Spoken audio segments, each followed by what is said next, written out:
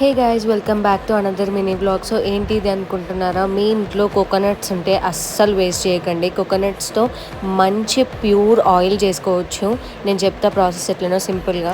అయితే ఏం చేయండి, కోకోనట్ ఫస్ట్ గ్రైండర్ చేయండి. గ్రైండర్ చేసినాక ఒక 6 to 7 hours పక్కన పెట్టేస్తే కింద వాటర్ వచ్చేస్తుంది, పైన ఇట్లా మిల్క్ లాగా థిక్ లేయర్ వస్తుంది.